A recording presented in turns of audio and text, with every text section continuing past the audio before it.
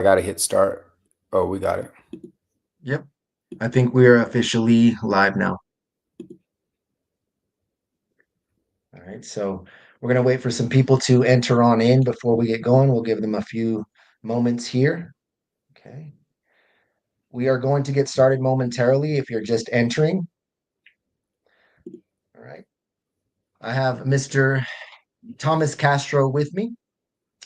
We are about to start our live right now. We're going to get into some topics. Well, we have a specific topic that we're getting into today that's we believe is going to be very helpful for you.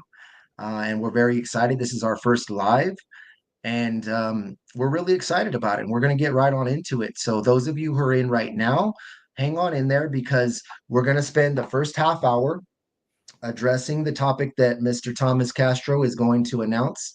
And then right at that 30-minute mark, we're going to answer questions. So within the last 15 minutes, we're going to be answering questions. So feel free to drop them in the comment section. If we don't get to them in the beginning, like I said, we'll get to all of the comments towards the end. But nonetheless, Mr. Thomas, what do we have on the docket for today? Man, it's so good to be here, first of all. You know what I mean? Yeah. I know you guys call him Coach Michael, but I'm gonna call him Fit. I always loved whenever you had Michael J. Fit and as the main deal, and I'm gonna keep it. So if you guys hear me say Fit, that's where it comes from. I probably won't talk about that every week that we meet, but and I think it's also fitting and that's it, because I think emotionally that's where we have to be, mentally that's where we have to be, physically that's where we have to be. We have to be fit, and I love that about you and the work that you're trying to do, not only for yourself but then also for the people around us. So I'm excited for us to work together and just really get in here and grind away at being able to love on people. Um, Mm. Man, super exciting. So today, I mean, I felt like as we're making the title in my mind, I'm like, man, this is kind of a heavy hitter to just get started right off the They bat. all are. They all are. But I guess there's not really a place that we could start where it's easy, and to be honest, like, we want to be able to serve everybody. So if we're serving everybody, it really means that we got to talk about what's really going on, right? So there's some patterns that we have as people that really lead us to feeling hopeless and resentful and alone. And the key for us is to be able to figure out, like, man, what are those patterns that lead me to that? Am I a bad picker at relationships? Is that what's causing it? Um, I might have some traumas that I haven't talked to everybody about. Is that what's causing it? I might overshare all of my experiences. Is that what's causing it? What is leading me to actually get to a point of like um, having these feelings of being hopeless and resentful and feeling alone, like, and the other thing is, can I ever do away with that, you know? And so I guess let's start right there. If a client was to come to you uh and say, hey, you know what, like, I don't think this relationship could ever work. um I have zero hope for it, right? And this is my second or third relationship maybe, and I just don't think I can do relationships.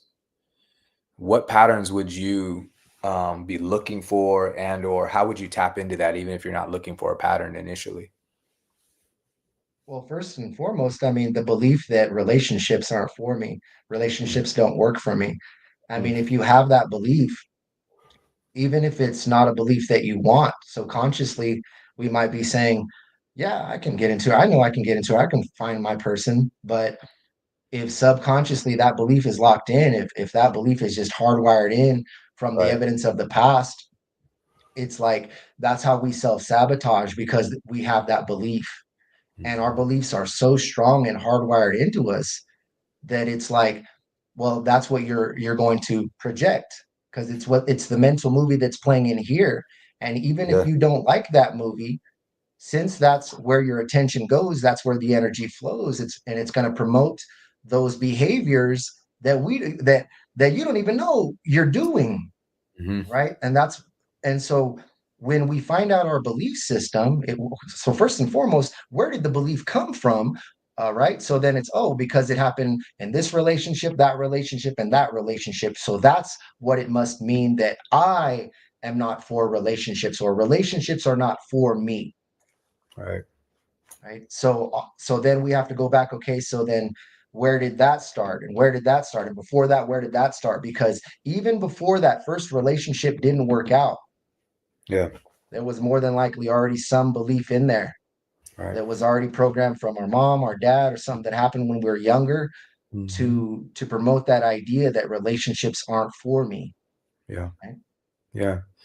Yeah. It's amazing how we keep going at things a lot of times, in our relationships, and we don't even recognize what's going on. It is a subconscious movement, right? So we have those patterns. And matter of fact, even when a pattern's negative, when we break it, we still feel some kind of way about that. I always talk about how, I remember when I was little, I used to sever the ant. There would be a line of ants, like in the kitchen or whatever. There'd be a line of ants, and I would sever it, and they would go crazy in that little area right there. Um, and I think of that for some of our automatic patterns that we get from our system a lot of times, where we're trying to do the same thing over and over again. And even when you try to sever it, it doesn't feel good. Um, it's difficult to do, right? Because we get in the habit of doing these things. And it comes from wiring those beliefs, like you're talking about, just having all those beliefs wired. So breaking them is a really difficult pattern. And I mean, we can look at a lot of different things to be able to see that that's true. What do you notice about trying to help people, and breaking some of the cycles and scenarios that keep them in bad situations? It's interesting because I want to say I've seen this on a movie too, where they took this like homeless person who was very dirty and they just like lived on the streets, and I don't know, I forgot what movie. I want to say it was a comedy, right? Mhm. And then he was dirty his whole life. And he knew that being clean was better for him. And then when they went to clean him, he was like, no, no, you know what I mean? It's just, you know, because change can be very scary. Mhm. And that's oftentimes why we stop doing things, is because we're afraid to face the discomfort of change, because it's so scary, because we don't know what's on the other side of change. Right. And so we stop, even though we know we change would be better, but facing the discomfort of the process of change, because we're so used to doing those things that blanket our trauma or our insecurities, even though that we know aren't good for us or promoting bad outcomes in our relationship, we still continue to do them because it keeps us safe. Mhm. It keeps us protected. It keeps me, all right, I know this isn't healthy for me, but this is how I'm dealing with it. And this is how I've dealt with it before. And to your brain, it's like, well, that's what's kept you alive. So Used to it. my Right. job is to keep you alive. So let's keep doing that, Yeah. you know? Yeah. And Yeah. so if it's like, if you're now, a belief is now hardwired into your brain that this unhealthy behavior is what's keeping you alive, it would make it, or it's protecting you, or it's keeping you safe even though it's unhealthy for you. It would make it difficult to let go of. Also, and then also there's this. So when we have an identity too, it's like, well, this is who I am though.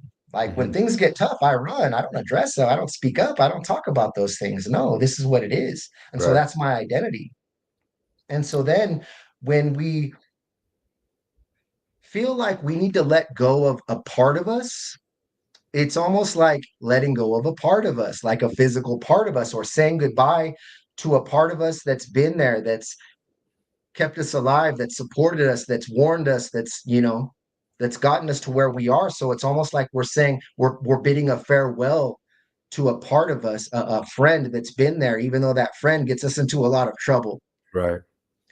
And so it's almost like their subconscious is back there just fighting them. And consciously, they're like, no, this is the action. And then in the background, they're just like, no, no, no. But that's why I tell my clients at the beginning, you must use will. Yeah. You will it in, because it's not going to just come in so easy. You're going to have a lot of pushback, especially when there's all those years and years of wiring, right? It would take the action to Rewiring, unwiring. Yeah. And I know too, I talked to some of my clients about scripturally, like bigger than will. And I always feel like there's levels to what we can do. And a big deal is for us to use will. And I think the highest level of what we can use is our spirituality. And that creates an advantage that that goes even beyond will if we can tap into that. So yeah, I love that idea. You know what I was thinking is like, as you were explaining the difficult things, um, that we have to face. One of the challenges I feel like that is a pattern constantly for a lot of us is avoidance. And Mhm. I know you and me talked about that in the past too, where we're discussing the idea that avoidance is everywhere. And I mean, I'll just pose that question to our audience right now, like how many of you guys are avoiding? And I think that a lot of times people might say like, no, I'm not avoiding. Um, but then when we stop and think about it, and people have actually asked me this in session, like, well, what would I be avoiding? Um, you're avoiding a hard emotion, you're avoiding not dealing with certain things.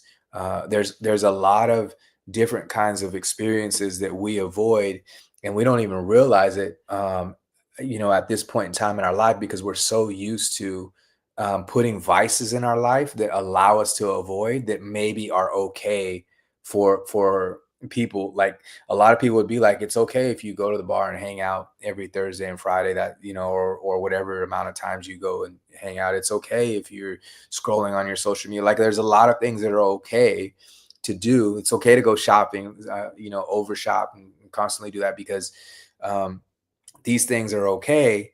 It allows us to be able to do the avoidance frequently, and so that's a bad pattern. And I'll just use the word bad, even though I'm not a fan of it. But that's a bad pattern when it comes time to us doing life well, because at the end of that avoidance, there is a lot of hopelessness and resentment and alone. And so we actually got to step through things and not avoid, whether it's a hard conversation, whether it's being able to deal on the inside with whatever we've experienced in life, whether it's slowing down ourselves to go through whatever processes that we need to go through. We just in your mind, and again, I'll invite everybody who gets a chance to watch this is tap into what am I avoiding? Just ask yourself that. And if you ask yourself that and you clearly and truly want to know, you're going to find an answer to that question. And then the more that you spend time, I know you more time you spend with us, you'll see the things that you actually are avoiding that you have to get a hold of in order for us to be able to get to a different spot. And so I think that's a heavy pattern that a lot of us face as people.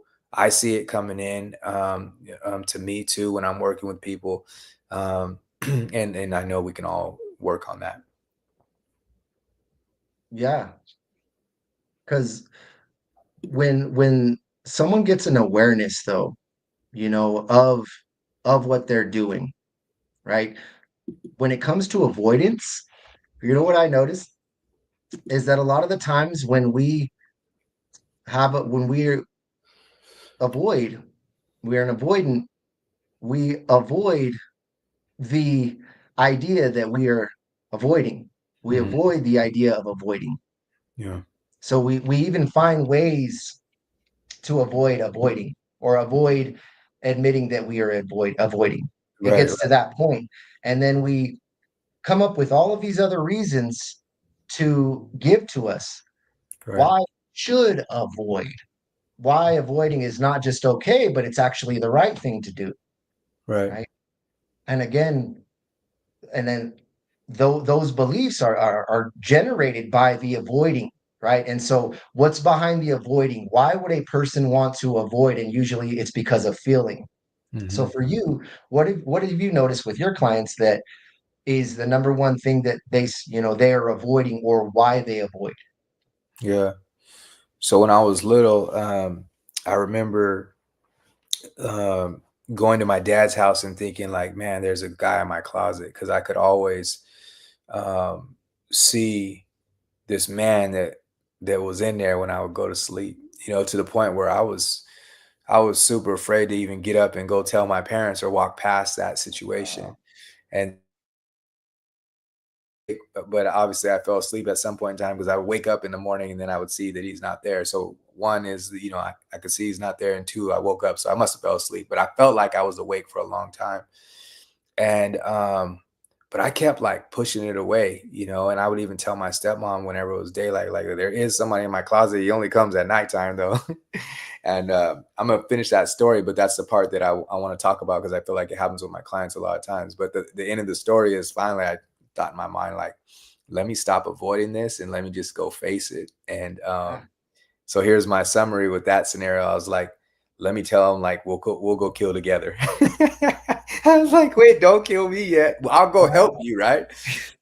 So I had this idea in my mind that I was gonna go help him out, and that he wouldn't have to. Well, when I got up and checked it out, of course, it wasn't a guy at that time. There was vacuums with hoses on it, and in a trench coat, and whatever. It was my imagination creating this thing inside the Yeah. closet Hmm. that I avoided.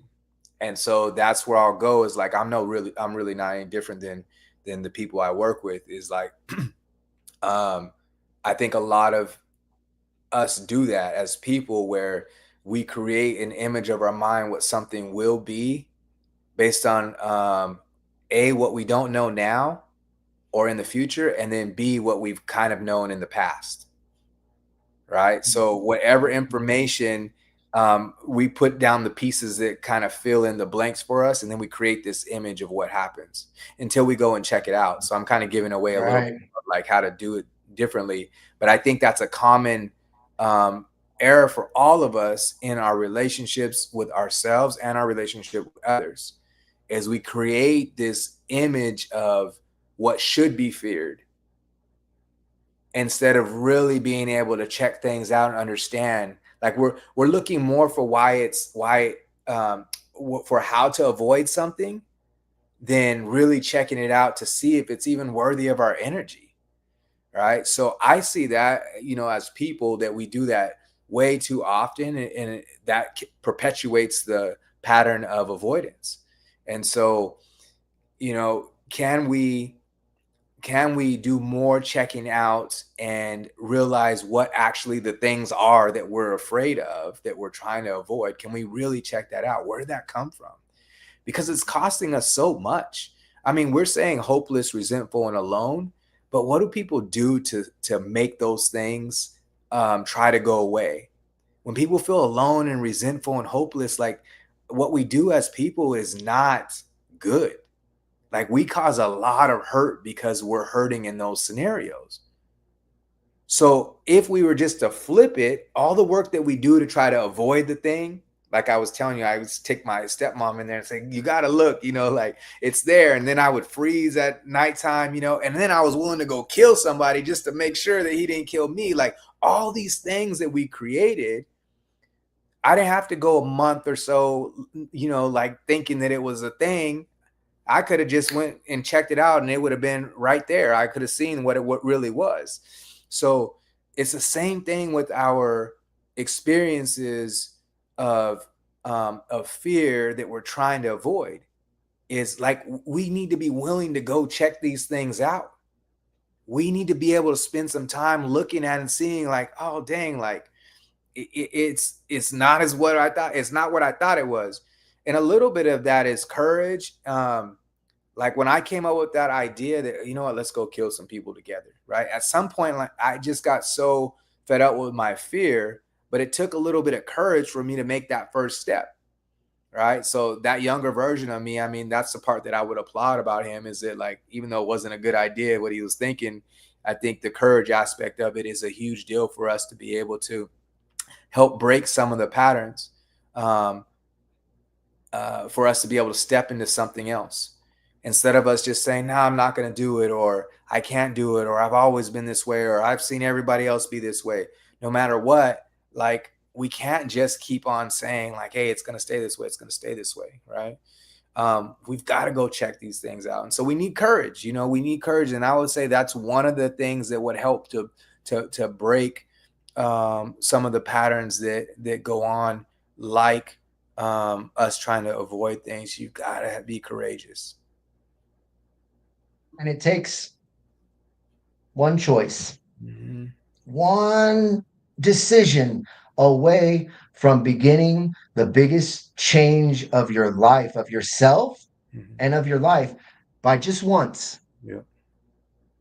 The thing you did before, and you know it, and because you keep doing it. And when you raise that level of awareness, you go, here's the opportunity.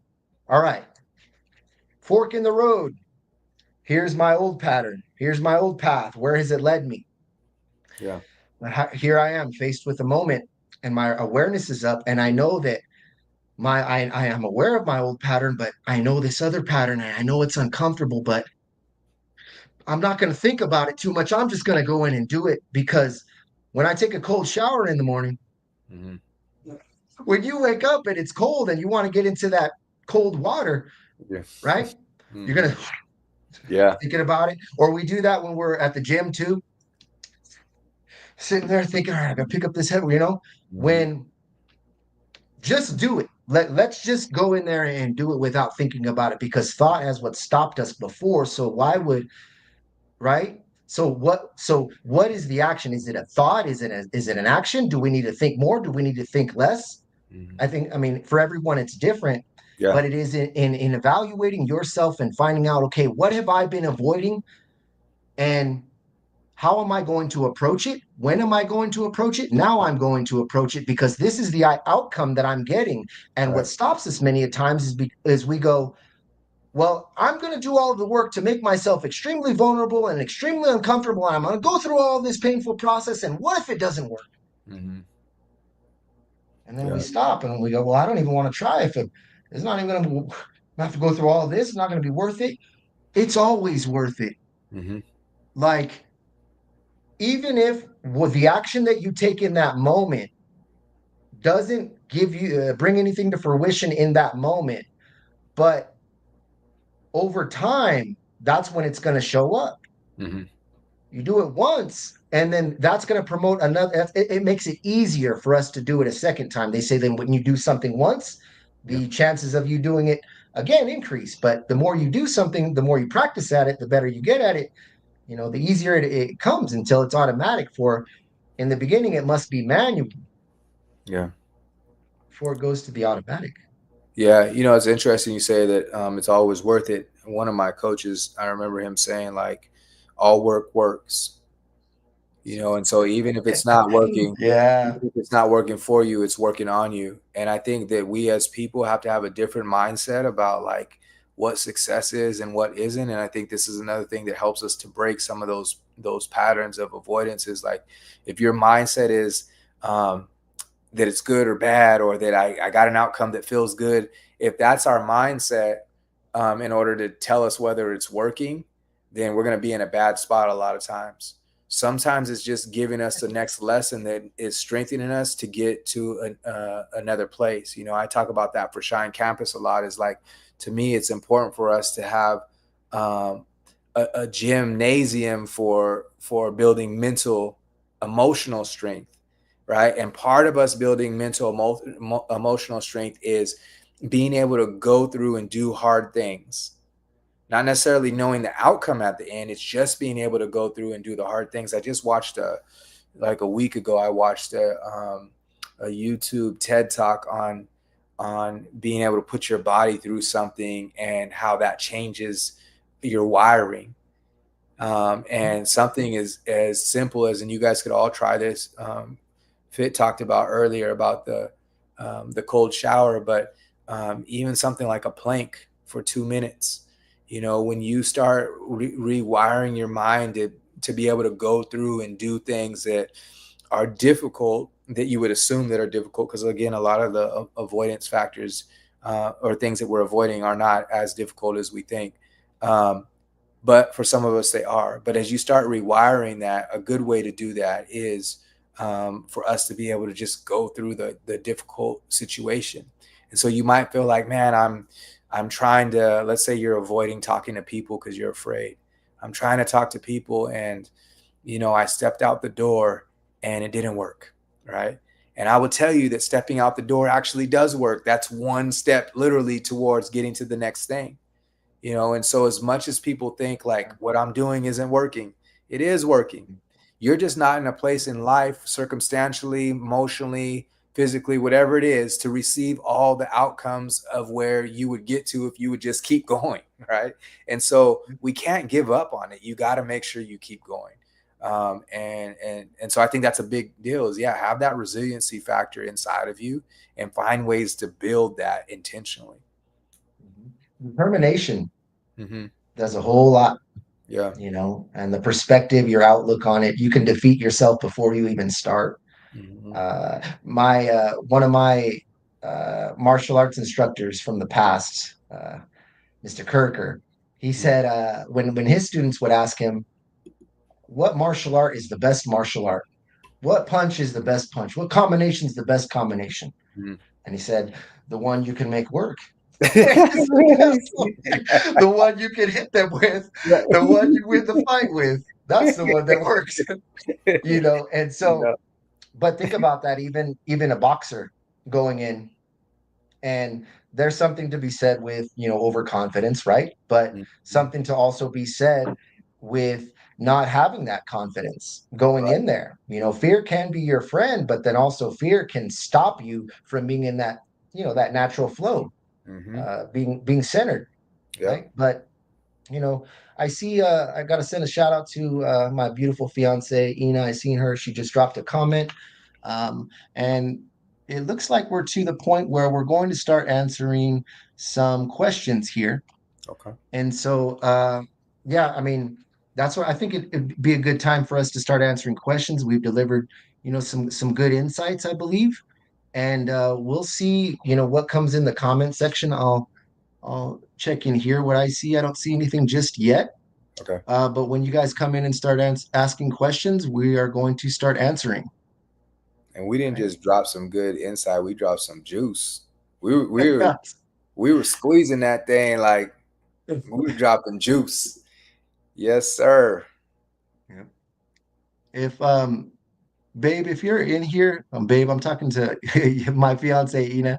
If you're Okay. in here, can you drop another comment from Instagram and let us know that it's working?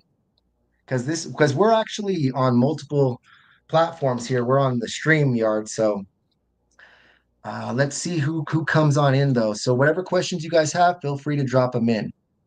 Right? But yeah, and that's just the thing.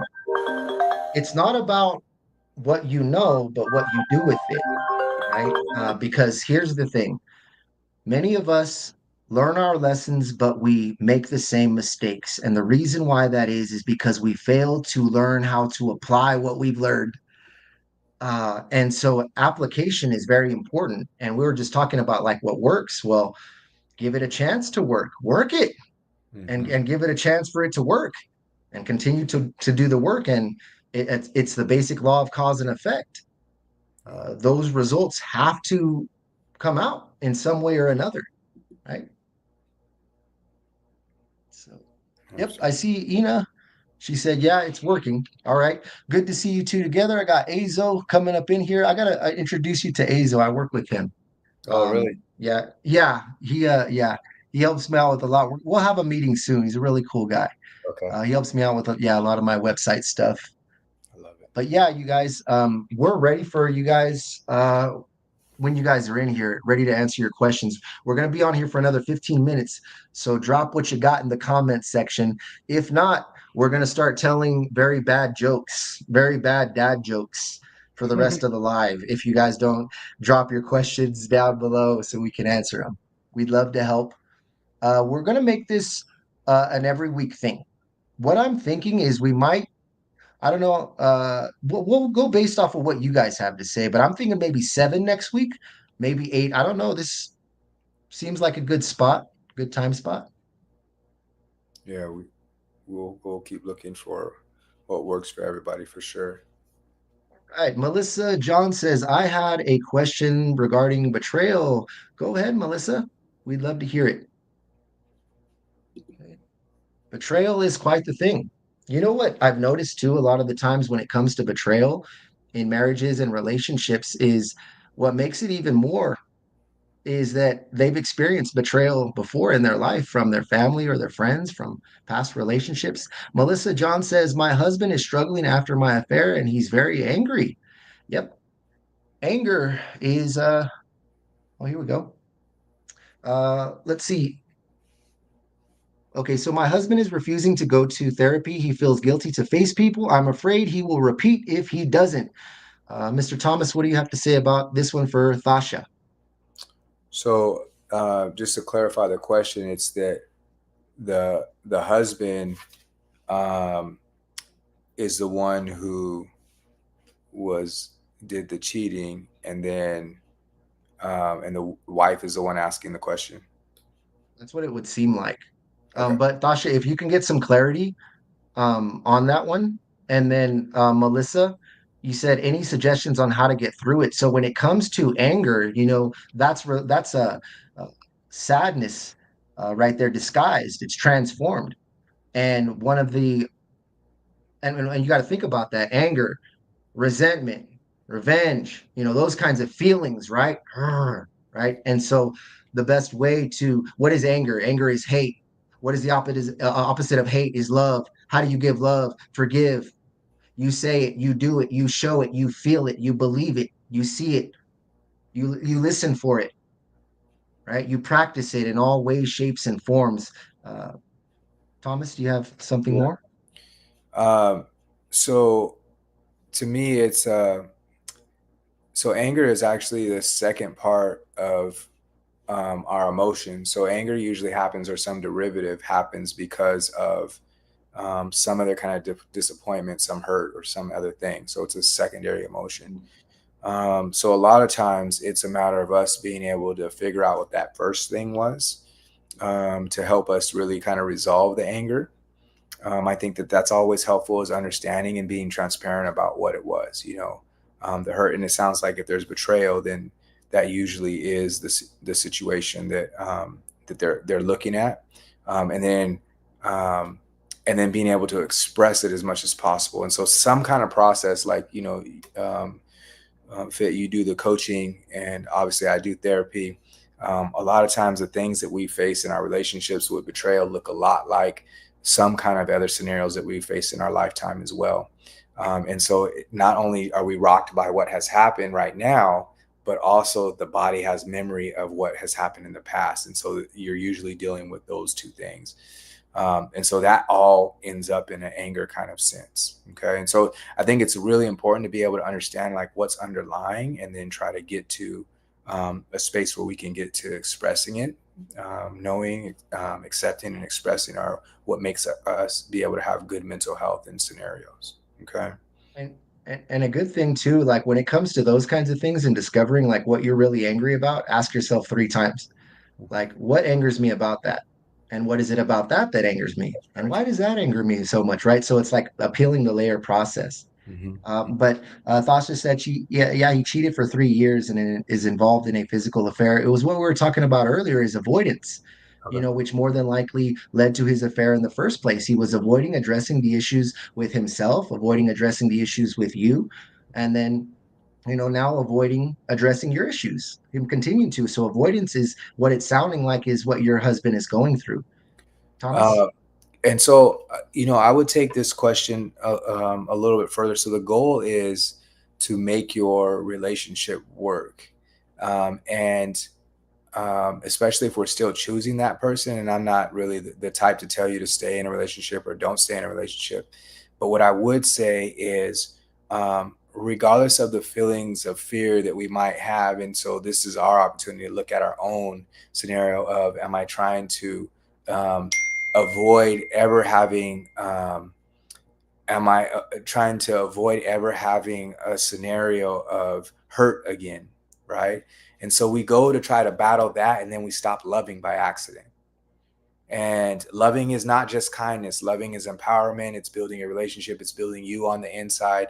And my encouragement to you, I can't see the commenters Fit, but if her name was, it Sasha is her name? Thasha. Tasha. So, Yeah. Tasha, my Mhm. encouragement to you is, because we don't have control over what somebody else is doing, limit the focus on what that is and build from the inside out. So, remember this concept that the sun just shines no matter what. It doesn't care if it's if people are like it's too hot, or or oh, I love the sun. It just doesn't shine. It doesn't matter what's going on around it. And I think that's harder as people, because we have more than just the function of building light. Um, but it's really important if you can tap into that concept, which is, um, let me just focus on building me and get good at being the best partner in this relationship that I possibly can. And that's way easier said than done, because again, we don't want to face the hurt. And if somebody's not getting help, then it seems like they might hurt us again. And so my hope is that changes, and we just don't have control over that to take that away. But what you do have control over is keep building yourself up. Um, and I think the more that you can build yourself up instead of looking across the room and really trying to figure out, like, is he going to cheat? Is it going to, is it going to happen again? Then you give yourself a chance to be able to create joy in your heart, and that really changes everything around us. It's highly influential, highly influential. So that would be a way that I would say to start kind of tapping into it. And by the way, the more that we're able to control ourselves, we are able to influence other people.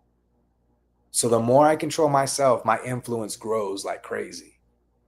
So if I'm doing all the things that I need to do, um, and making my way to creating peace in life, then people jump on or jump off.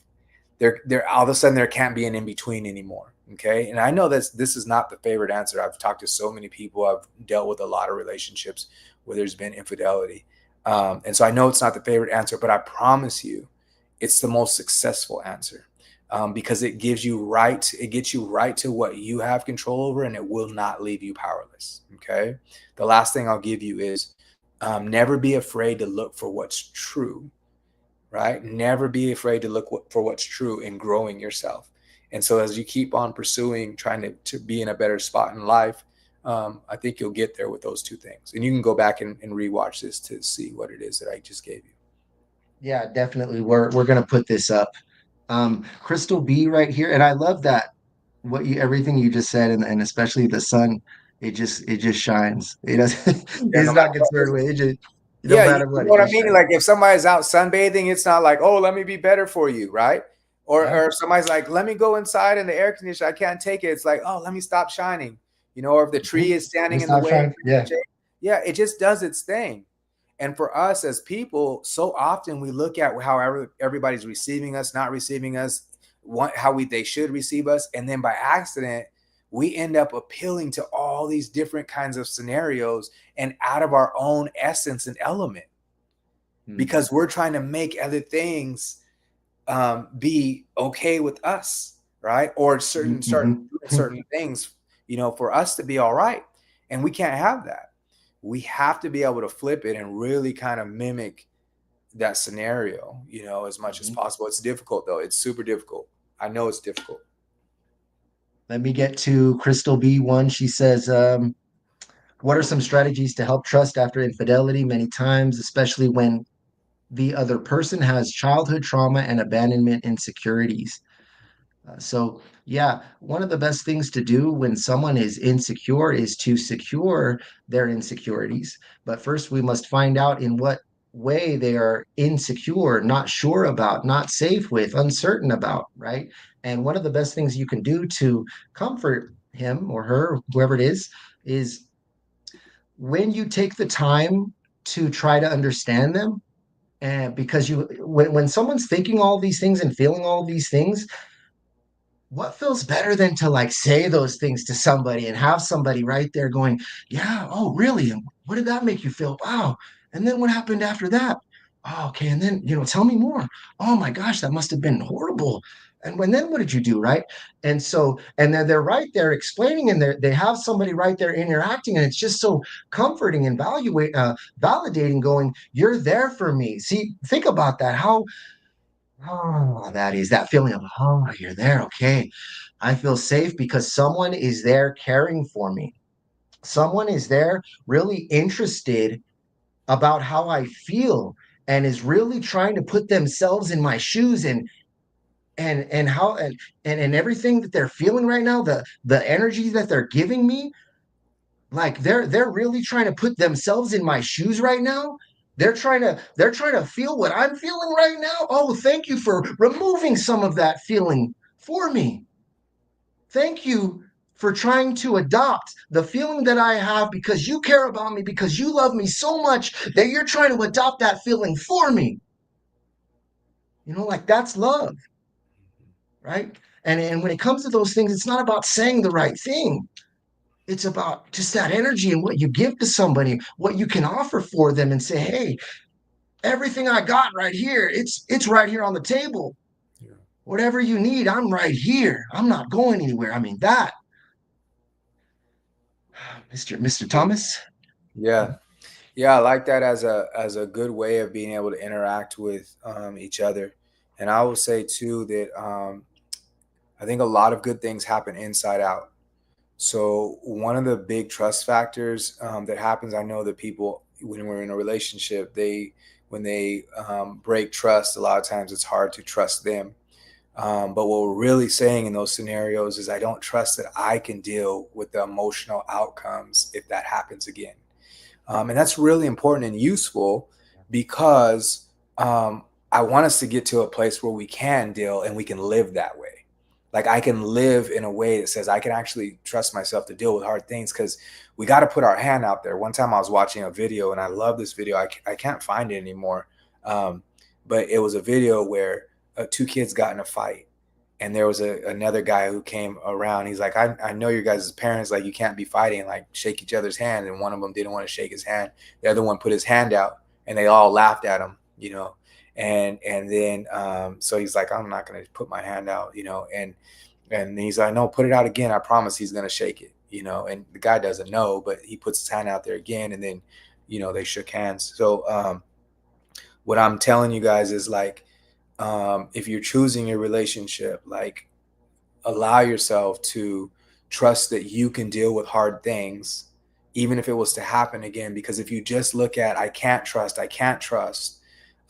then now we're focusing on the anxious part of what may happen in the future instead of being in what's right now. Today is a good day in our relationship. Do we know it? Right? We're worried so much about what has happened or what will happen that we stop focusing on the opportunity to do love in this moment. And so, but in order for us to get away from those outside moments, we have to trust that we can deal with hard things, because it could happen again. We don't want it to, but it could. But we have to let go of the possibility of trying to control it. We didn't control it to begin with. Otherwise, we wouldn't have let it happen. Right.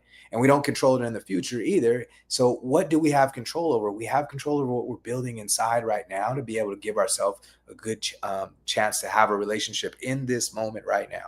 Okay.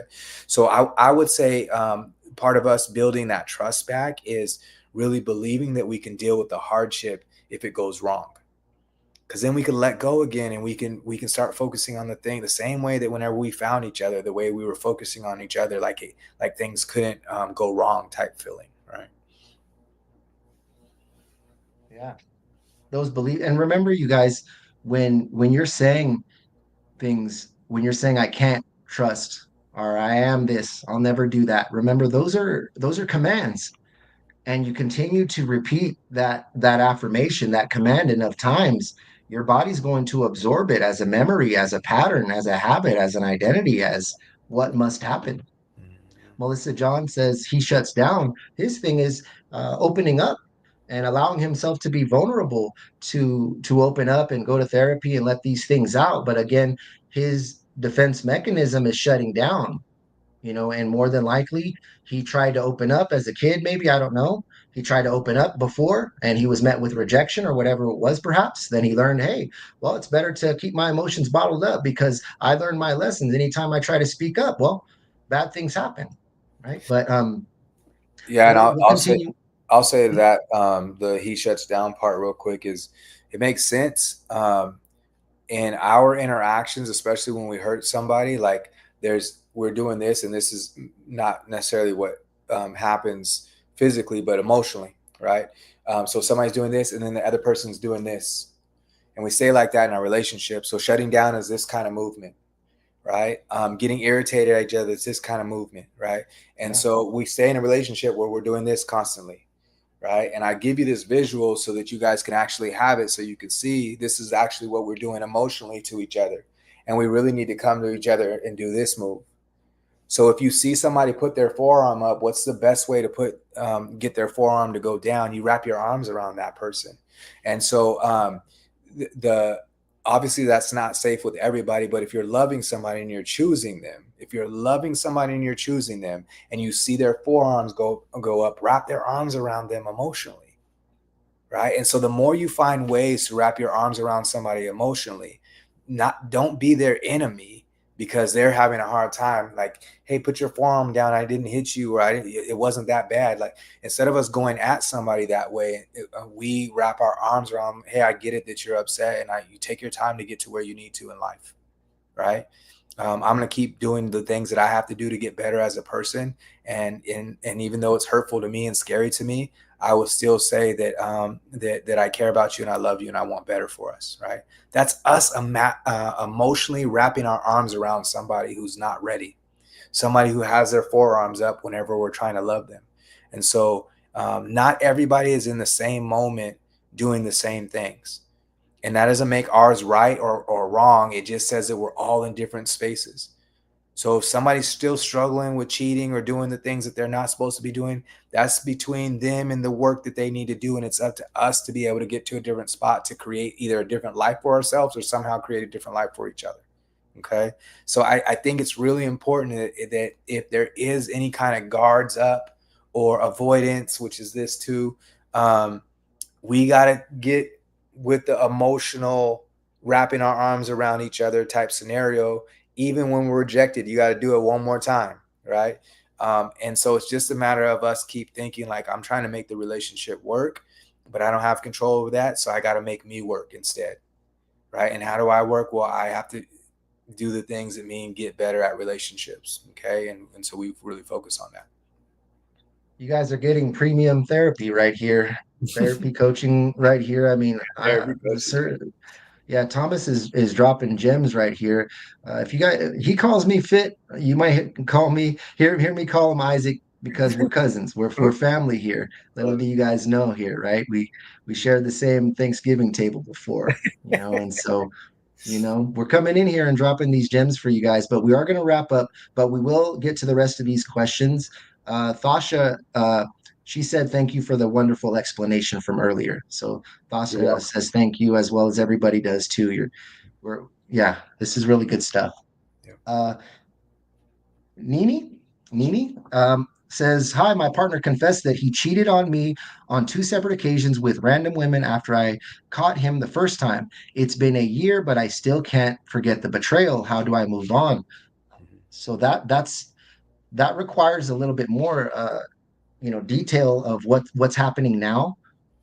Because if there's first, if there's still things happening now, um, it may make it very challenging for you to heal. But one thing I will point out is that you're trying to do the impossible by trying to forget the betrayal.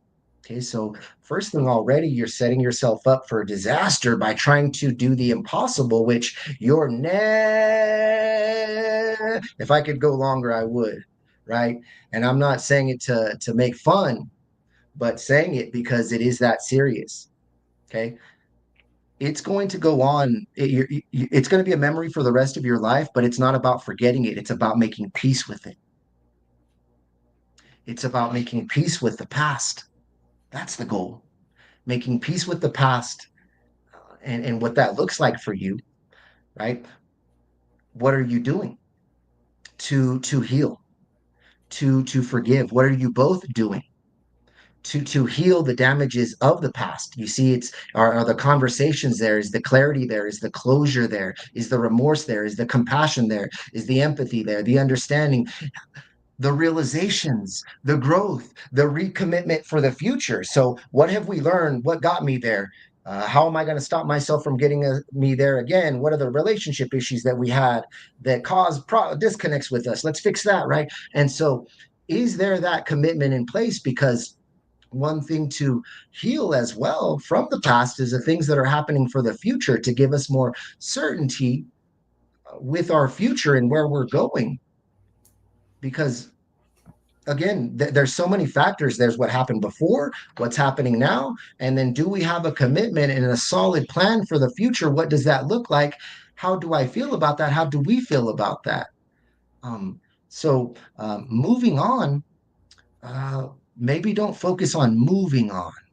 Maybe focus on where you're at right now and healing where you're at right now, and not trying to focus on forgetting and moving on, rather than staying where we're at right now until we make peace with where we're at and what happened. So then we don't need to move forward. We will just go forward.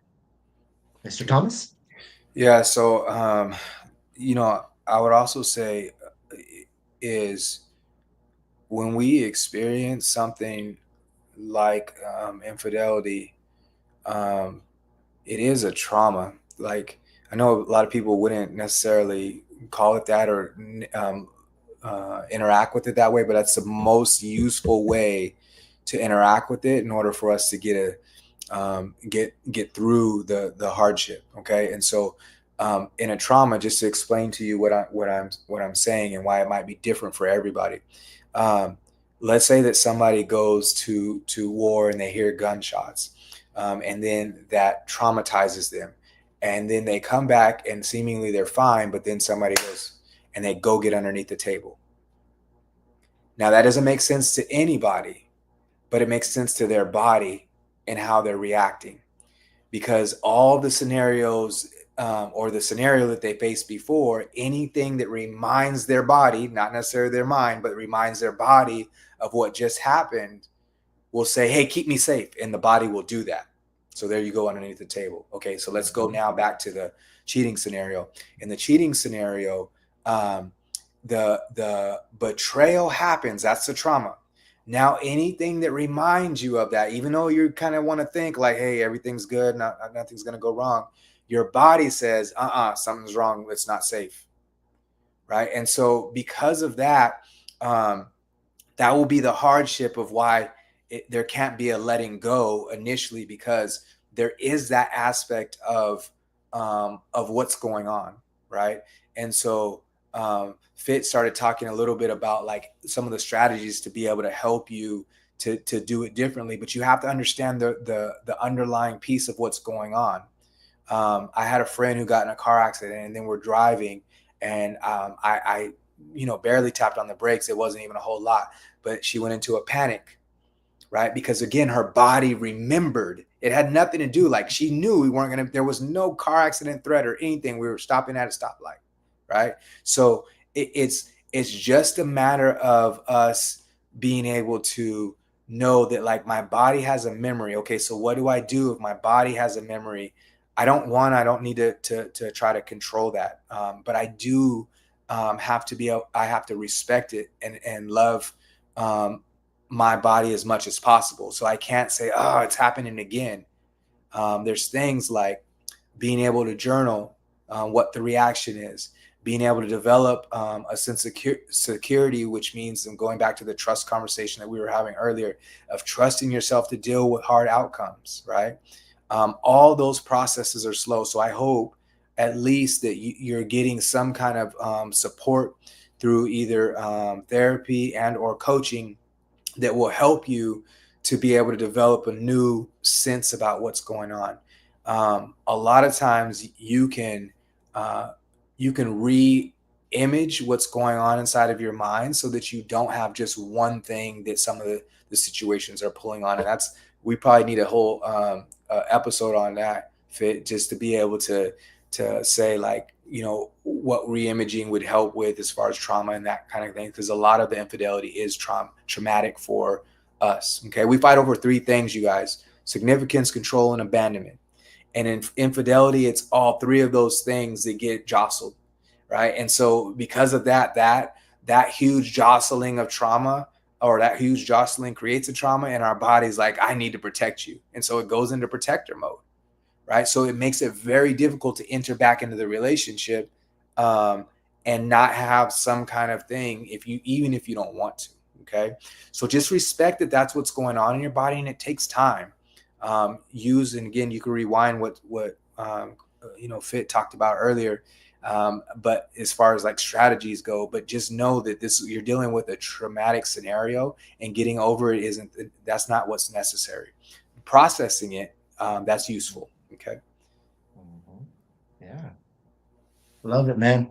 Yeah. We keep dropping these gems. We are going to, we're going to try to wrap up here, but we want to make sure everybody's questions get answered. So then let's catch I up can't see here. the questions Uh, on my end. On your end, you can see the questions, huh? yeah. So on the StreamYard, I can't see them, but I go to the Instagram and where I enter the stream key thing, and I can see Okay. them there. All right. Sweet. Okay. Yeah. Yeah. As long as Crystal B says you guys are a great combo. Thank you so much, Crystal B. That means a lot. Uh, let's see. Break Beyond the Break Life Coaching says yes, making peace with the past for yourself first, and then your marriage. Yeah, if you don't make peace with your past first, or you don't have peace with yourself and your life and your past, whoever else comes into your life, they're coming into that too, or you're bringing that to them. Uh, and he says, "Thanks, Coach Michael. Yes, you are right. I should make peace with the past. Hey, remember, you are right. You are the one that's right. All right." Okay, Crystal B coming in here and saying, let's see, what boundaries should be set with a serial cheater after multiple apologies to not do it again? Oh, I could say a bunch about that one, but I'm gonna leave. I'm gonna leave that one to you, Mr. Thomas. As we'll wrap up, we'll leave off with that one. I'll leave that one to you. well, it's so I'm a little bit different as far as boundaries. I don't really believe in setting boundaries with other people. I think it's kind of a powerless move. Or I don't think it's a powerless move. I think it ends in powerless experiences, right? Um, because I don't really control what somebody else does. So if I say, "Hey, you're not going to talk to me that way," I set a boundary with somebody. But what if they talk to me that way? I can't enforce that. But the boundaries that are useful are the ones where you say, "Look, as soon as that person, you don't even got to tell them, but as soon as that person says this, I'm not dealing with that scenario." So the best thing is to have a vision for your life and what you want it to look like. And you start doing and moving around that. So your boundaries are best set with yourself, better than they're set with other people. Because we don't have control over that, and it leaves us powerless in those scenarios. But it leaves you super powerful if you're willing to set your own boundaries based on the vision that you want for your life. And that's scary. We started off talking about avoidance. We've kind of come full circle because a lot of times we avoid being lonely, and we'll deal with a lot of things that we don't have to deal with if we'd be willing to set a boundary with ourselves. And so the more that we're willing to find out, okay, what is my vision? How do I want to live? What are the things I want to do? And start working on putting the boundaries around ourselves with how we're going to deal in any specific moment. Um, Man, we're going to get a lot of peace in our hearts. We're going to have a lot of goodness in our life. Okay. Yeah. Don't go to set boundaries with people. I know that's different than what a lot of people say. But over a little bit of time of me telling people to get, set boundaries, I thought, man, like I hear these people come back and say, I set a boundary, and they're right. Like they try to set a boundary, but what the other person just didn't, they don't do what they want to do. So don't put it on anybody else. Just set it for yourself, right? So whatever that boundary may be in this moment, of like, look, I'm not going to focus on X, Y, and Z. I'm only going to focus on this. That's a boundary that you put on yourself. I'm only going to have this kind of conversation. That's a boundary you put on yourself, right? I'm only going to have conversations that build us up. I'm only going to interact in ways that build us up. I'm not going to stay in conversations that aren't helpful to our relationship. Those are boundaries that you can set. You can't control what somebody else does. Okay. Is there a follow up to that, Fit? There's a long follow-up, but we are going to wrap up. But I will say that, yeah, I love that philosophy because here's the thing too. It's for one, keep this in mind. There's no point in setting boundaries that you yourself are not going to honor. Honoring your own boundaries. So those very boundaries you could set for others, you could very well set them for yourself, right? Um, but you know, it's up to you on how you want to go about it because what you allow into your life, like Mr. Thomas was saying here, like, so for example, if someone's trying to disrespect you, and you do not deem it as disrespect. You say, hey, you can try to disrespect me all you want, but I'm not disrespected by what you have to say. I mean, that's my own boundary as to where I That's don't allow disrespect into my life. So it doesn't even matter how much you try to disrespect me. You can't disrespect me because I keep my respect. You see? right. So like a boundary for yourself, right? But Yep. so we would get into it more, but we are wrapping up. But the good news is we are coming back next week. I believe we'll be here at 8. We'll see if this spot sticks, but we are Yep. going to find something that's permanent, same day, same time every week, and we're going to continue to deliver to you guys anything and everything that's going to possibly help. We come to you guys with the purest intentions of love and support. We're all just perfectly imperfect here on this beautiful planet, this organization, this matrix, whatever you call it as, we're all here and we're all on the same mission. And if we can just combine our energies with love, and I know that may sound some hippie stuff, but love, I mean, there's nothing just more powerful. A wise man once told me that there's only two real things in this life: good and evil, love and hate. And if Hmm. you're only choosing one, if you're not choosing one, you're choosing the other somehow. So choose love. Absolutely. Mr. Thomas, what do we have to wrap up with? Yeah, the thing I'll wrap up with you guys is there's always different levels to things, and there's strategies. Um, there's the idea of doing your best and living that to the best of your ability. But the ultimate is spirituality, and so to me, like you can't get higher than that whenever you're looking for answers. So you guys may come to us, but at some reason or at some way, we prayed before we came on here, just to make sure that we are giving the highest level of information and interaction. And so I will encourage everybody to do the same. I'm not really here to try to convert anybody or to try to make people do a certain thing. But if you want more in your life, you have to really look for it. And the more that you look for it, you'll find what it is that is needed to get you to a higher level. And so stay encouraged by that. Don't be upset by that. Stay encouraged by that. So I'm excited for you guys to get that from us constantly on a weekly basis. I'm excited for us to be able to just grow into what we need to grow in to be able to serve these people and love on them as much as possible. We're straight dropping juice today. They were all getting Mhm. it. And we were too. You Yeah. guys are helping us. The Yeah. more the more we see you guys grow, the more we grow too. And Absolutely. so that's you're helping. We're all helping each other. Each one teach one. Know one, grow one. That's right. I love it. So I love you guys. You're beautiful. You're amazing. You're everything you've ever wanted to be. And everything you want in your life is already yours. Maybe it's just you need to realize it's already in your hands. Absolutely. And so much love to you all. Thank you, my beautiful fiance, Ina, for coming in, showing support. My beautiful daughters, if you're in here, I love you both so much. And yeah, I'll see you guys soon. Mr. Isaac, Yep. Thomas, I'll see you soon as well, brother. I appreciate you so freaking much, man. You really came in here and whoo, you lit it up in here. Thank you. Yep. Yep. Absolutely. I enjoy it. I enjoy hearing our conversation together. We align so much. And So we can continue talking probably after we end the live. yeah, Isaac and I, you we're guys are gonna. gonna get the you guys are gonna get the best parts. All right. Good night, everybody. Good night, everybody. We'll see you. Bye.